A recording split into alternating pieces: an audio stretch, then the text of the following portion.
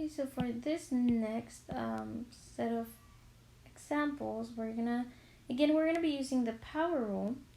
However, now instead of being applied to a product, it's going to be applied to a quotient.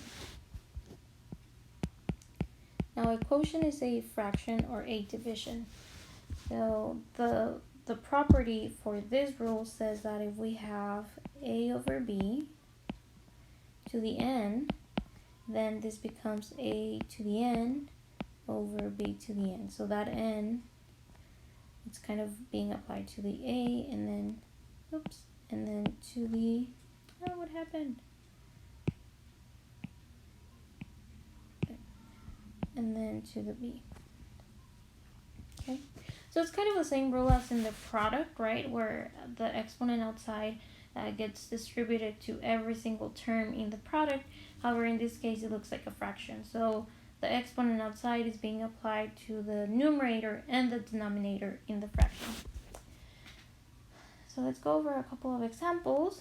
We have, for the first one, 5 over 12 to the second power. So this dual is going to go ahead and affect 5 and then 12. So this will become 5 to the second and then 12 to the second. If we go ahead and simplify, this is 5 squared over 12 squared, which is 25 over 144. And that's it for that. Now let's try 2 over d to the 5th power. So same thing by the power rule for quotients.